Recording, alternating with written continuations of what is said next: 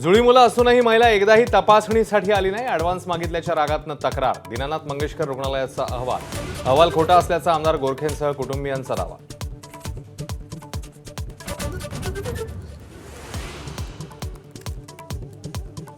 दीनानाथ मंगेशकर रुग्णालयाची 4 सदस्यीय समितीकडून चौकशी सुरू. गर्भवतीच्या मृत्यू प्रकरणी मुख्यमंत्री फडणवीस यांच्या सूचना.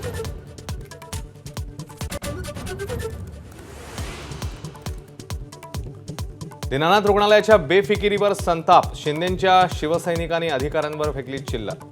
पतितपावन संघटनेने रुग्णालयाच्या नावाला फासलं काळं. ट्रस्टींवर हत्येचा गुन्हा दाखल करण्याची मागणी.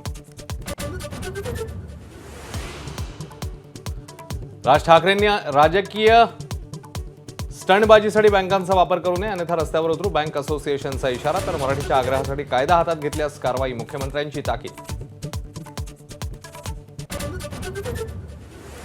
वक्फवरील चर्चेदरम्यान प्रफुल्ल पटेलांनी डिवचल्यानंतर संजय राऊतांचा पलटवार.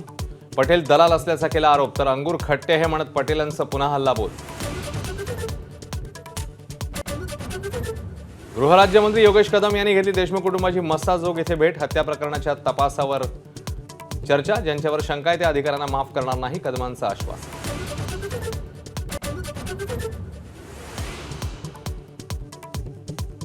नांदेडच्या आलेगाव शिवारात ट्रॅक्टर विहिरीमध्ये कोसळून भीषण अपघात. 7 महिला मजुरांचा मृत्यू. मृतांच्या नातेवाईकांना राज्य सरकारकडून 5 लाखांची मदत तर केंद्राकडूनही 2 लाखांची मदत जाहीर.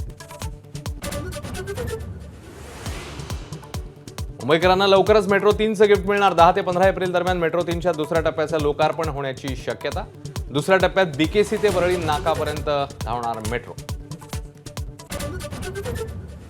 राज्यात अनेक ठिकाणी अवकाळी पावसाचा थैमान. काही ठिकाणी गारपीट झाल्यानं काजू आंब्यासह अनेक पिकांचं नुकसान. आणखी 3 दिवस अवकाळीचा अंदाज.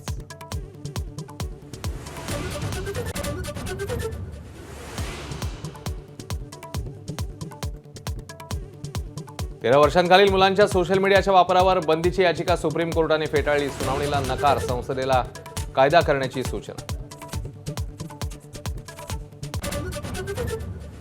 दोन्ही देशांच्या संबंधांना हानी पोहोचवणारी विधानं टाळा. मोदींचा बांगलादेशच्या मोहम्मद युनुसना सल्ला.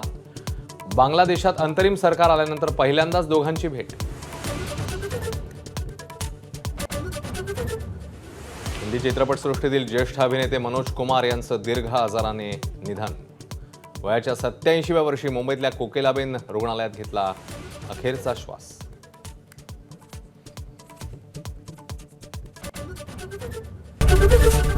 एबीपी माझा, उघडा डोळे बघा नीट.